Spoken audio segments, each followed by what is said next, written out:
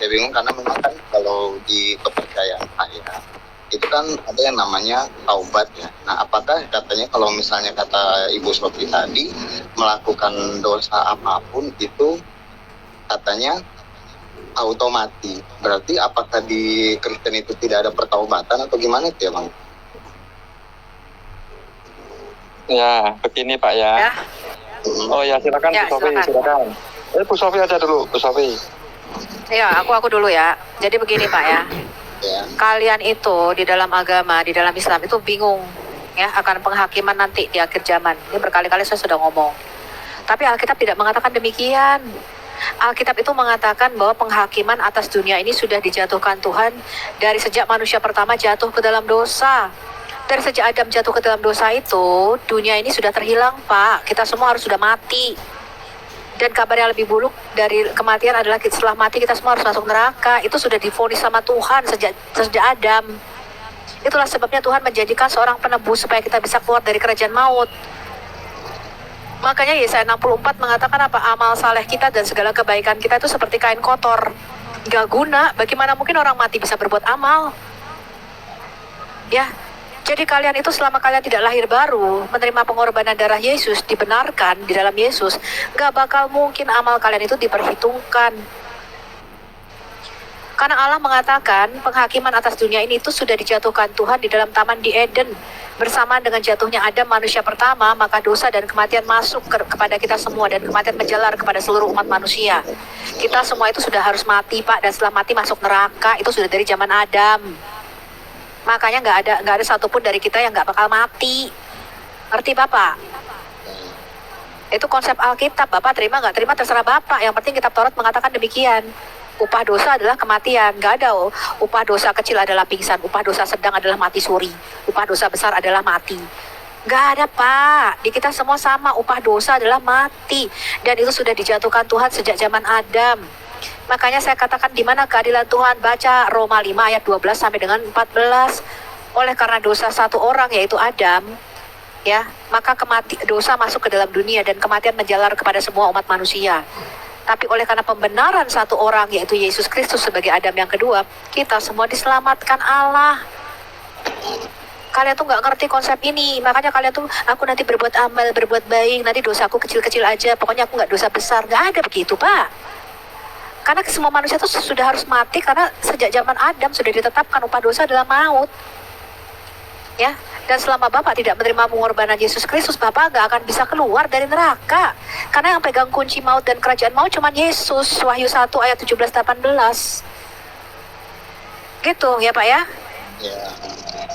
Silakan Pak, cerita indah kalau mau nambahin.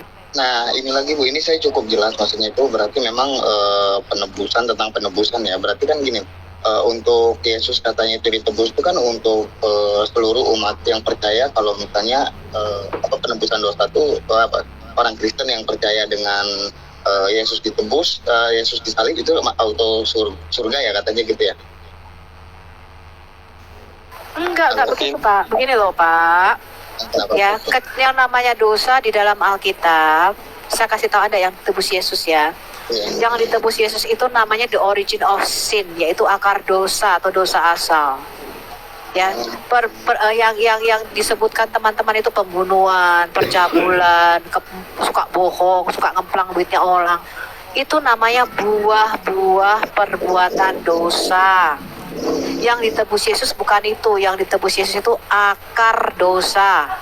Apa akarnya? Akar dosa adalah condemnation atau penghakiman. Ya. Karena kita ini sudah jatuh dari menjadi citra atau gambarnya Allah, kita ini sudah dalam kondisi manusia yang rusak. Manusianya tuh udah rusak Pak, ngerti nggak ya? Iya. Jadi dosa itu adalah kerusakan atau jatuhnya manusia dari menjadi citra atau gambarnya Allah. Karena kita ini sudah rusak, Roh Kudus tidak ada di dalam diri kita, maka kita ini tidak lagi mampu berkuasa atas dosa, sehingga daging kita ini jauh lebih berkuasa dibandingkan roh kita. Makanya kita membuahkan perbuatan dosa, yaitu percabulan, hawa nafsu, pengen korupsi, pengen kaya, serakah, ya, iri hati, dengki. Itu karena buah-buah perbuatan dosa sebagai akibat kondisi kemanusiaan kita yang sudah jatuh dari menjadi citranya Allah. Nah, yang ditebus Yesus apa?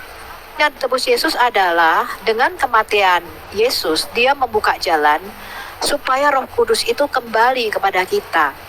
Sehingga dikatakan barang siapa yang menerima Yesus sebagai Tuhan dan Juru Selamat, diberinya kuasa, yaitu diberinya Roh Kudus, supaya kita menjadi anak-anak Allah. Status kita yang sudah jatuh dikembalikan lagi menjadi anak Allah. Roh Kudus inilah yang memampukan kita untuk tidak berbuat dosa lagi. Sampai sini Bapak ngerti urut-urutannya? Ya, ngerti. Jadi yang bisa digarisbawahi kan gini ya Bu ya, ibaratkan kalaupun dia memang percaya Yesus misalkan itu Tuhan, kalau dia berbuat salah tetap juga masuk neraka kan gitu ya, intinya ya. Tidak ada pengampunan Pak, ya, bukan. Begini, Bapak tuh keliru, Bapak tuh gini dulu loh. Kita itu berbuat dosa. Sebentar. Ya, Bapak dengerin. Kita itu berbuat dosa karena kita itu tidak mampu melawan hawa nafsu kedagingan kita. Ya. Nah, kenapa kita tidak mampu melawan hawa nafsu kedagingan kita? Kita pengennya baik, Pak. Kita pengennya baik, tapi tidak kuat. Kita tidak bisa. Ya. Pengennya gue pengennya nggak marah, ternyata marah. Gue pengennya nggak iri hati, ternyata kita iri hati. Gue pengennya nggak korupsi, ternyata malah kita ngeplang duitnya orang. Iya. Kenapa? Kenapa kita tidak mampu melawan itu? Karena kita ini tidak lagi memiliki roh Allah di dalam diri kita. Kita kehilangan gambar atau citra Allah itu. Karena kita nggak punya roh Allah, maka nggak ada yang ngingetin kita untuk tidak berbuat dosa. Kita tidak mampu melawan dosa. Makanya Yesus berkata, kamu ini hamba dosa. Barang siapa berbuat dosa, dia adalah budak atau hamba dosa. Dan Yesus datang memerdekakan kita dari hamba dosa ini, Pak. Supaya kita tuh menjadi anak-anak Allah, diberinya kuasa, supaya kita mampu melawan kedagingan kita. Kalau mau berbuat dosa, Roh Kudus ingatkan. Nanti Bapak kalau sudah lahir baru, nanti Bapak akan merasakan itu perbedaannya. Manusia dulu dan manusia sekarang. Maaf, kalau saya potong, berarti yang saya ambil gitu, berarti nggak semua orang Kristen itu tuh punya roh Allah itu ya Bu ya? Betul, tidak semua yang lahir Kristen kalau dia tidak secara pribadi mengambil keputusan. Jadi gini Pak, masuk surga itu nggak gandeng-gandengan, bukan karena dia lahir ke roga Kristen atau KTP-nya Kristen. Nah, tetapi adalah keputusan pribadi. Jadi begini, lahir baru itu adalah keputusan pribadi mengikuti Yesus. Ya. Lahir baru adalah keputusan pribadi menerima Yesus sebagai Tuhan dan Juru Selamat, kemudian meninggalkan semua manusia lama, hidup di dalam roh, hidup menjadi anak-anak Allah yang dipimpin oleh roh Allah. Kita tanggalkan semua manusia dosa lama kita. Itu keputusan pribadi, bukan karena kita semua gue Kristen, kayaknya gue ke gereja tiap minggu tapi nggak lahir baru. Nah, itu Bu sebenarnya yang Ibu menjelaskan ini memang jujur agak sedikit masuk logika bagi saya, karena gini, yang saya tuh punya teman di sini, saya tuh ada punya teman memang teman tongkrongan. Nah, dia itu memang beragama, dia Kristen gitu. Dia itu tuh rajin istilahnya ke gereja gitu kan. Nah, cuman ya istilahnya kayak dia itu tuh main judi, mabuk-mabuk. Pak, sebentar.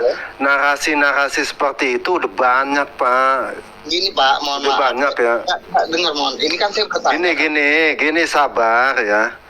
Itu jangan pakai seperti itulah ya. Maksudnya bertanya-tanya aja, nggak masalah. Jadi narasi gini, sebentar saya potong ya. Kenapa? Teman-teman Muslim selalu bawa narasi seperti itu. Oh, tetangga saya Kristen. Oh, di lingkungan saya banyak loh Kristen. Di lingkungan, nah seakan-akan di mana-mana Kristen ya. Tetapi kita tahu ya, Indonesia ini negaranya terbesar apa sih? Iya, ya. Pak, Bapak dengerin dulu saya ngomong, kan dari tadi saya menuruti apa yang kalian minta kan, pada intinya memang ini saya bilang jangan pakai narasi seperti itu. Cuman kan memang ini yang makanya saya bilang tadi, saya setuju dengan pemikirannya penjelasan dari Ibu Sofi, karena memang saya di sini punya. Ya anggap gini lah, kalau misalnya Bapak mau nangkep positifnya, anggap iman saya lagi goyang, bisa begitu kan, bisa bilang karena saya mencari kebenaran. Apakah salah seumpama karena memang saya di sini yang memang saya cerita realnya, saya punya teman yang memang kami beda iman. Nah, dia itu tuh rajin ke gereja, tapi istilahnya dia melakukan hal-hal buruk. Iya, narasi seperti itu udah banyak, Pak. Ya. Udah, Bang, biarin aja. Iya, Bapaknya jadi dengar begini Pak ya, Bentar. Jadi begini Pak, ya banyak orang-orang Kristen menyangka, gue Senin sampai Jumat bikin dosa, nanti Minggu gue dicuci nih dosanya habis ke gereja. Nggak bisa Pak, itu namanya mempermainkan Tuhan, ya. Nggak bisa, Tuhan tidak bisa dipermainkan seperti itu. Itu artinya orang Kristen belum lahir baru.